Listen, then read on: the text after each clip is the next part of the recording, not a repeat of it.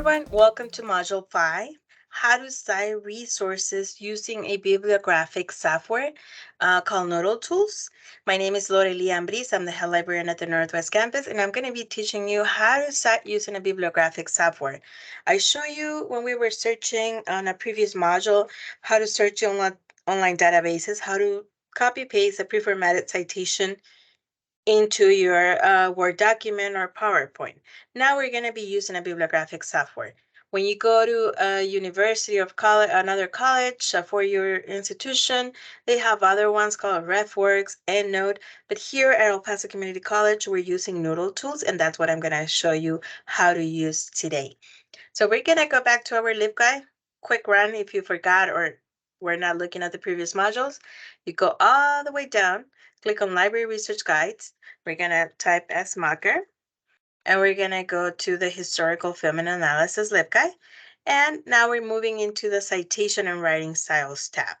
So NoodleTools, again, is a bibliographic software that we're going to be using. You're going to love it because it helps you keep your research organized, and it'll, at the end of the day, it'll format all your citations or references in alphabetical order, double space, indent, without you having to worry. Instead of copy pasting just one and then doing all the formatting manually, this will do it for you.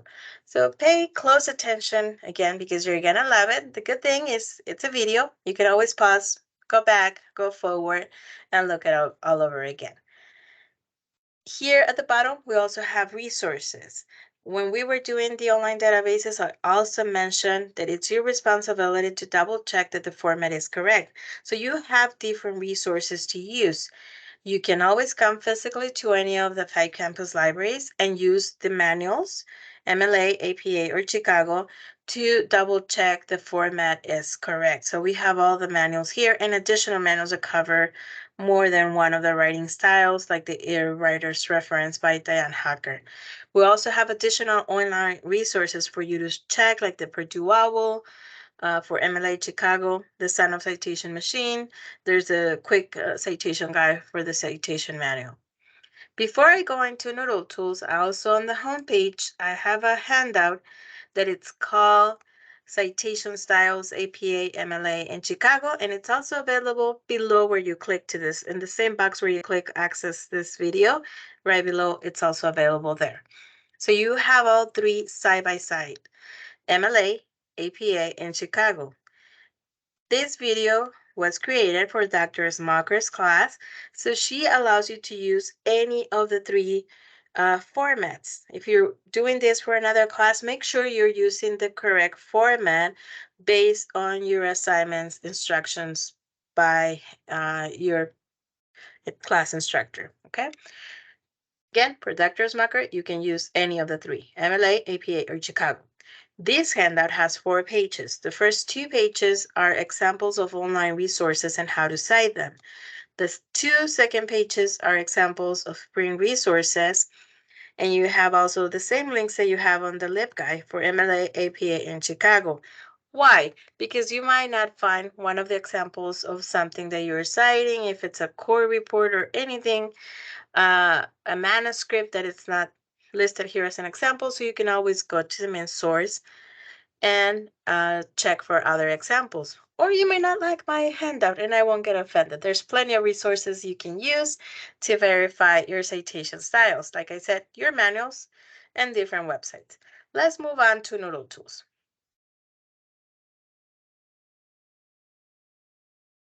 Since I'm already signed in, it went already into my NoodleTools account. But I'm going to sign out so I can show you how to create your own account. Okay, so you should be directed to this page. If you already have an account, by all means, just go ahead and sign in. If you don't have an account, make sure you're on this page, that you have this green box here, that you're authenticated as an El Paso Community College student. Click on register, and then you're going to scroll down. You're a student. For library location, select EPCC Northwest. Expected year of graduation, if you don't know yet, you're like taking one class at a time, just click not applicable. If you know for sure, then just click on the year. Personal ID, you can create something from scratch. Just make sure you write it down somewhere where you can find it again. If you have a smartphone, create a contact with your username or password, or a note that will remind you your password, a hint for your password. Okay. Again, if you change your credentials on your EPCC account, it won't change it here. So make sure you have somewhere to find this username and password. Phone number, if you don't have a phone, just type 1234, but anywhere you put your password, make sure you remember which phone number you use in case you lose it and you need to retrieve it again. Your email, you can use your EPCC email or you can use your personal email. The benefit of using your personal email, if you graduate, you can still have access to your work here, okay? And you can retrieve your password using your personal email. Then you register. I don't need to register because I already have an account. So I'm going to go back and I'm just going to go ahead and sign in.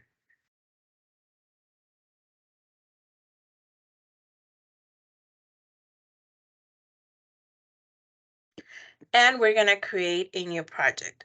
This is your main dashboard. Okay, on your main dashboard, each project belongs to a class, okay? And in reality, it's not a project per class, but per assignment. So each project is one assignment. So I could have 5 different projects for my history class with Dr. Smucker. One was just a review of an open ed. Another one was literature review in a certain subject. And now it's my final paper. So I can have different ones in there. So I'm going to create a new project and they're organized by school year. That's the beauty of it. I had this for more than 10 years. So I have all the way back to 2013 and it's not a long list because it's per school year. So these are my projects, my samples for this year. And again, you can have as many as 16 sources or more. That I have instructors here that request 20 resources for their annotated bibliography. And for Dr. Smucker, it's different. So for any assignment, just pay close attention to your instructor's assignment and the instructions that they've given you there, how many sources you need of what format, what citation style. So always pay close attention to your instructor's assignment. We're going to create a new project and I'm going to call it History 1302, Dr. Smucker final paper. And I'm going to use MLA. And always leave it in advance. Again, citation style, whatever is your preference, you can use all 3 for her, MLA, APA, and Chicago. And then we're going to leave it in advance, submit. And now I have a new project. If you were watching module 4, where we were searching for websites, we found a website called Digital History, from Digital History, about the overview of the Gilded Age. I'm carrying on with my same search from module 1, which is Gilded Age, but we added labor unions in the process. So those are my 2 key terms, Gilded Age and labor unions. So I'm still with the same. Here we're going to cite this website. If you remember also, this website was found in the pre-selected websites from Dr. Smucker. Didn't have to worry about evaluating the site, so it's a credible source. So I'm kind of refreshing your mind where we're coming from. So this is the one I'm going to cite. Back to my NoodleTools, I'm going to open the project with Dr. Smucker. I'm going to go to New Source to add a citation. MLA called this, where is it? Containers. Where is the information coming from? Think of it, close your eyes and think of a box where you're pulling articles or websites from it. Those are containers. It's important that you know where the information comes from. If it comes from a website, if it comes from a textbook, if it comes from an online database from the library, because then you can apply the correct writing styles according to MLA, APA, or Chicago. So it's important where it's coming from and what type of format it is. If you open the first tab under database, there's so many types of publication and there's variations on how you cite them. If the year goes first, the author, how you put the title, if it's a US statute versus a magazine or a journal or a website, there's variations. So make sure you know where it comes from, number one. Number two, what type of format it is. That way you can go back to that handout and compare. It's a journal article. Okay, I have it formatted correctly. Remember, even though this is computer generated, it's done for you. It's highly recommended you still go and double check that it's the correct format, that the title is not all uppercase, that it's sentence case or title case according to your style. So for this specific article, see, database. You can find all these type of resources on a database. You can find journals, conference proceeding, reprint articles, reference source, will be an encyclopedia article like the ones we saw before. If you go to website, the line grows even more. And you can also do microblogs. If you do microblog, that's from social media. If you go here, name of microblog, you can do something from Facebook, Instagram, LinkedIn, Pinterest, Tumblr, Twitter, anything that is not a story that disappears on its own within 24 hours, because then it's not traceable. What's the purpose of having citations? Why do we need citations? Do you all know? Well, we need citations to tell our reader where the information came from. It's like telling the mailman your physical address. You want them to find you, deliver the letter correctly. You're not going to put your zip code first, and then the city, and then the apartment number, and then the street, and then the street number. They won't find you. They're not going to do the puzzle for you. You have to put it in the correct format. If you omit one thing or move one thing out of place, it says undeliverable. Same thing with citations. That's why the format is important, where you put the year, where you put the page number, where you put the title, that you put the italics. That's why it's so important that you follow the correct format, because that's a way your reader, in this case your instructor, it's able to find or trace back that source and see if it exists, or maybe it has interest in reading it, or to validate that it's correct. So make sure it's in the correct format, and NoodleTools will help you with that. So we're going to open our project. And again, here's where we add our citations. I'm going to do new source. I'm trying to cite a website. The main ones that you're going to use is the first four tabs. Database is anything that requires a password or for you to pay for it, like all the library online databases that you have to authenticate with your EPCC credentials. Website, anything on the open web that you can just click through Google and you don't have to authenticate anything. Printer in hand, it would be a book, a newspaper, a magazine, that it was nothing that you print online and then it becomes print. No. If you find it online, it was freely available online or in a database, it's still coming from a website or a database. Printer in hand will be more like your textbook, a physical copy of El Paso Times that you went and buy at the grocery or came to the library to see it. View her live. It's like a film, video recording, lecture, speech, anything. File app ebook, unless it's from a mobile app. I don't think you're using any of the others. It's CD-ROM and microphone. We don't even have microphone at EPCC anymore, but it's still available at the El Paso Public Library. So if you're using that, by all means, just use that. Right now, we're going to do a sample with a website. Why a website? Because that's the only one that you cannot copy paste a citation from the source like we do with our online databases. So I'm going to show you that one because it's kind of like manually, but the beauty of it is that NoodleTools tells you the information that you need. So I'm going to click on web page. First, we need the URL, and we're doing this digital history article. I'm going to copy the URL, put it here. Date of publication. There's nothing on the top. I'm going to scroll down. There's nothing on the bottom. Sometimes when you do the printable version, you get a little more info. The website was latest update was 2021, but I'm going to scroll down here. Now I found a year, 2016. With history, that year, it's really history doesn't change, so I'm not expecting a 2023 date. So I'll take the 2016. I'm going to put it in here. For the access date, you just click today, and it'll put the date for you. The role. Is there an author here? I don't see any author specific here or the print version. So it's digital history. So you don't put it on their first name. They're the editor. They're probably not the author, but the editor or the institution. There's no first name, middle name, and their last name or group because it's not a person. It's either an institution, an organization, something along those lines. So digital history.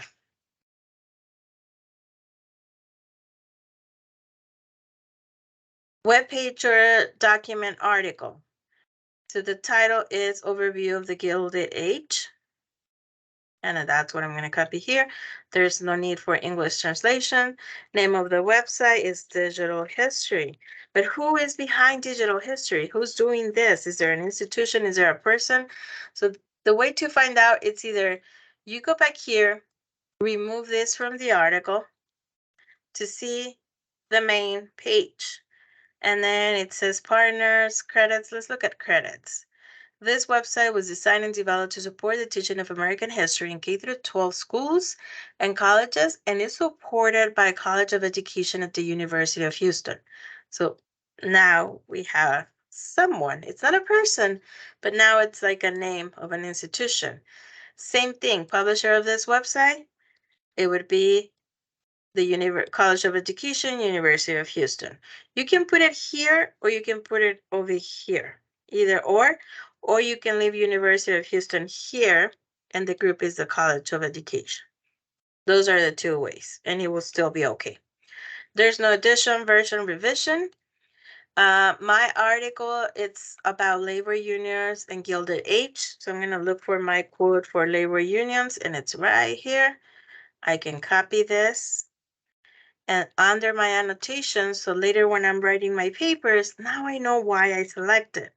If I have something on my own already coming to mind when I'm reading this article, I can say, this labor unions were blah, blah, blah. So you can write your own words in here and you don't need quotes for those because that's your own words for you to remember why you selected this article. Most of the times we're doing this in a rush before class, during breaks. So it's great to have a place to organize our thoughts and our sources, and even better that it will at the end organize them in format for us in alphabetical order, double space, and all of that.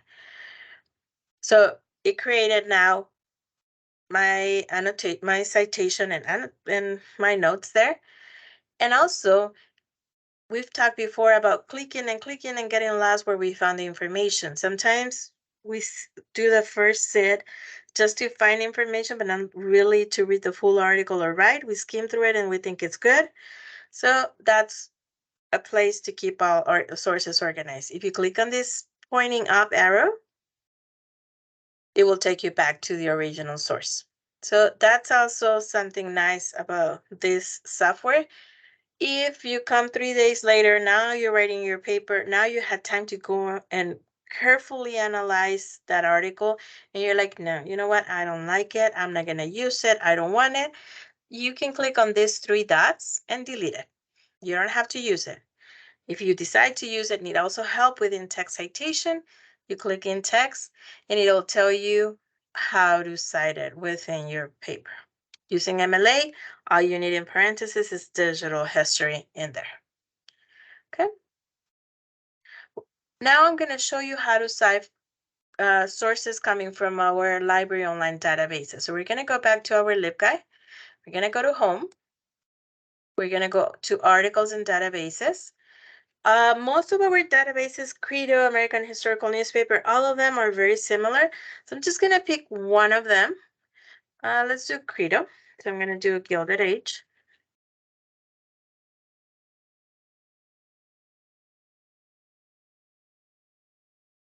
And once I get my article, I can click on it.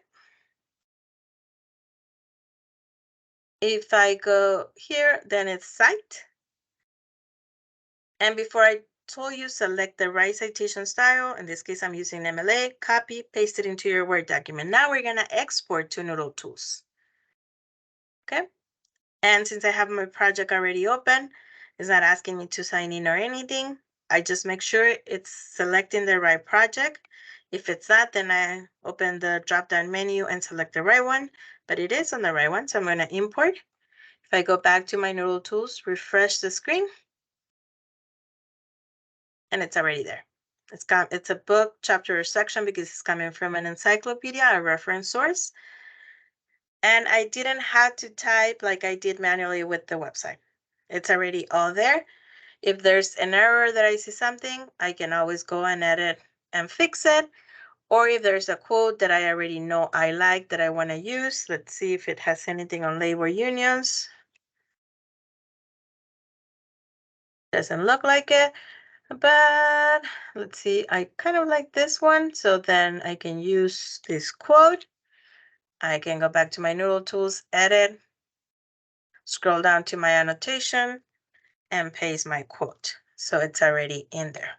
Remember to use quotes if it's not your own writing, so you don't accidentally plagiarize by not putting the quotes, okay? Make sure if it's not your own thoughts that you put it in quotes. So that would be a sample from Creator Reference. Let's go back to articles and databases. Now I'm going to do one from JSTOR so you can see how it looks like. And that this is also helping you revisit what we've done before so that you can go back and use those sources. Gilded Age and labor unions.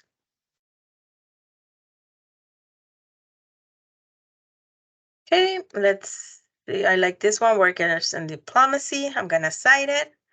I'm using MLA. I don't have to do the copy and paste. I can come back here, export to NoodleTools. My project is already open, import. And then I can go back to NoodleTools, refresh my project, and now I have 3 sources. And all 3 of them, remember, they have this pointing up arrow, view live on web page, so you can trace back that source. I'm going to go back to articles and databases and do one more, which is our EBSCO discovery search.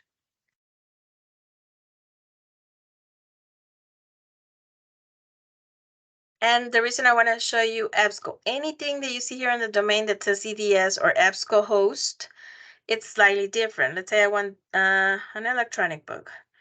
Let's say I want this one. Instead of going to cite, I'm going to go directly to export. On the other databases, it's on the same page. The citation is on the top and the export is at the bottom. On EBSCO, it's slightly different. You have them in separate links. Cite is in here if you don't want to use NoodleTools and copy paste directly into your Word document. And export will be the one that has direct export to NoodleTools at the bottom. Save it. And now import it. Okay. Then if I go back to my NoodleTools project, refresh. Now I have 4 sources. I have a website, I have 2 books, and a journal. This is also a good reminder to go back to your assignment instructions and see how many resources you need and of what type. Some instructors will tell you, I want 2 peer-reviewed journal articles, I want 3 books, I want a newspaper, I want a magazine. Depending on your assignment instructions, it's good. This is a good point to see what you already have, if you need to go back and find more sources or you're good. Let's pretend I'm already good so I can show you how to export your final thing. If you click on the arrow pointing up, you can print and export your citations to Google Documents, to Word Online. If you're an EPCC student, I hope you know at this point that you have access to Microsoft 365 Online. You don't have to purchase a license. It's a benefit that you get as an EPCC student. And I recommend using the Word Online. So if you do that, you click on export to, before you do the exporting, go to formatting options, list title. MLA calls it works cited. But if your instructor is telling you, call it references page, call it bibliography, select the one correct. If you don't see it on the list, works cited is the one I want to use. But if you don't see it, they want it for you to call it something else, set a custom title. But again, I'm going to leave it as works cited. Page header. If you just want the page number, or if the instructor said to put your last name, so you can add your last name. What do you want to include? Citations and annotations. Since this is not an annotated bibliography, it's just my reference page, I'm going to say print citations only. The annotations in this case are internal notes for me, where I'm kind of drafting my quotes and or my writing to have an outline for when I start writing my paper. MLA URLs are included by default, are required. For APA and for Chicago are optional, but for this one they're required, so do not touch that one. Then I can go back to my arrow. Now I'm gonna export to Word Online and submit. And then, let me see, why is it having an issue? Okay, for some reason it's having an issue, hold on.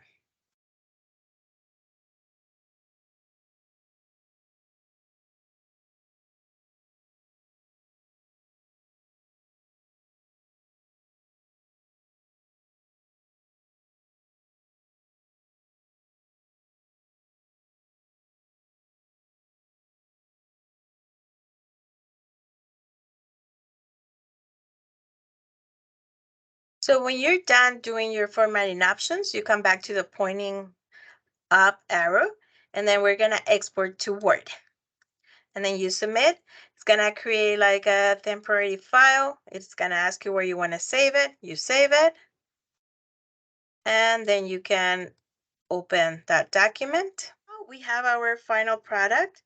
Like I said before, NoodleTools will do the indenting, the double spacing, the formatting for you, the heading.